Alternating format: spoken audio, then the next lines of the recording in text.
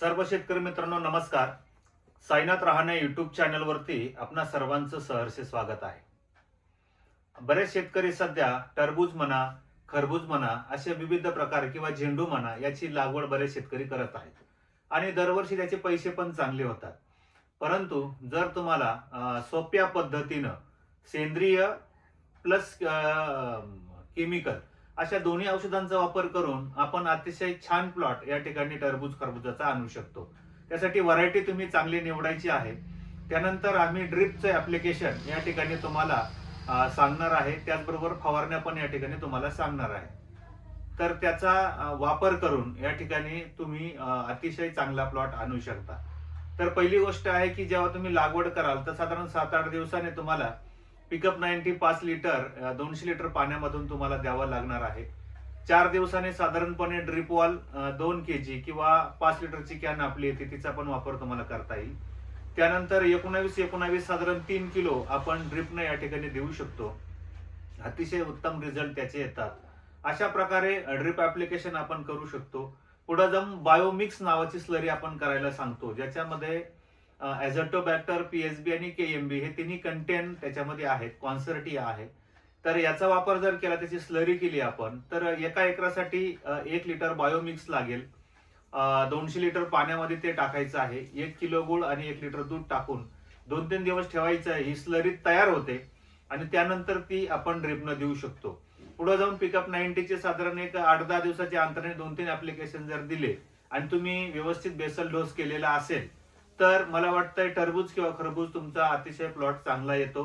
आणि खरबुजामध्ये काय आहे की किलोच्या वरती साधारणपणे, म्हणजे किलो म्हणण्यापेक्षा साधारणतः 500 ग्रामच्या प्लस जर वर तुमचा माल असेल तर तुम्हाला टॉपचा रेट भेटतो. पण तुमचा माल जर कमी राहिला साईज मध्ये तर तुम्हाला अडचण येते. म्हणून या पद्धतीने जर नियोजन केलं तर अतिशय छान रिझल्ट तुम्हाला मिळतात.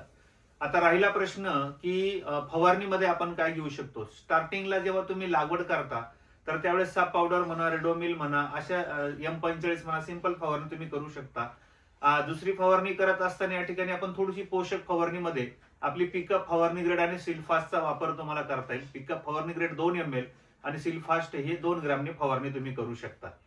त्याच्यानंतर तिसरी जी काही फवारणी आहे, तुम्ही बऱ्यापैकी कवच, स्कोअर कवच सारखी फवारणी करू शकता किंवा कुमानियलची पण तुम्ही फवारणी घेऊ शकता. त्याच्याबरोबर थ्रिप्ससाठी मार्शल किंवा इमिडा याचा सुद्धा तुम्हाला वापर करता येईल, जेणेकरून थ्रिप्स मध्ये या ठिकाणी आपल्याला कंट्रोल भेटेल.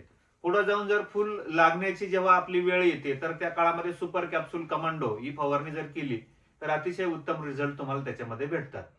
आता टरबूज किंवा खरबूज करणाऱ्यांसाठी महत्वाची सूचना हीच आहे की सोनेरी माशीचा प्रादुर्भाव या पिकावरती भरपूर प्रमाणामध्ये होतो. तर सोनेरी माशीचे ट्रॅप आपण लावणं गरजेचं आहे.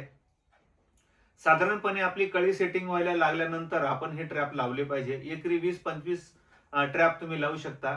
खूप साऱ्या कंपन्यांचे ट्रॅप मार्केटमध्ये उपलब्ध आहे किंवा तुम्हाला आपल्याकडून लागत असेल तर आपल्याकडे पण अवेलेबल आहे.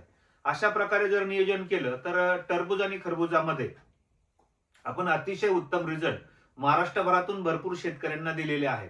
त्यामुळे जर तुम्ही नक्कीच लागवड करत असाल टरबूज खरबूज, त्याचबरोबर झेंडू किंवा अन्य पिकं, तर तुम्ही नक्कीच या ठिकाणी आमच्याशी संपर्क साधून तुम्हाला योग्य त्याची PDF बनवून दिली जाईल. तसं ग्रुपवरती PDF आपण टाकली आहे. तर अतिशय सुंदर रिझल्ट मिळतात. म्हणजे थोडासा आपला खर्च वाढतो, तसं म्हटलं तर वाढत पण नाही. पण जर त्या पद्धतीने नियोजन केलं तर अतिशय उत्तम रिझल्ट मिळतात. जर तुम्हाला हा प्रोडक्ट हवे असेल तर तुम्ही आम्हाला स्क्रीनवर नंबर दिसताय त्याच्यावरती कॉन्टॅक्ट करू शकता. तुम्हाला डाळिंब किंवा इतर फळ पिकाविषयी किंवा भाजीपाला पिकाविषयी काही माहिती पाहिजे असेल तर तुम्ही आम्हाला नक्की कॉल करू शकता. हा व्हिडिओ तुम्ही शेवटपर्यंत पाहिलात त्याबद्दल धन्यवाद देतो. मी साईनाथ रहाणे रजा घेतो. जय हिंद, जय महाराष्ट्र.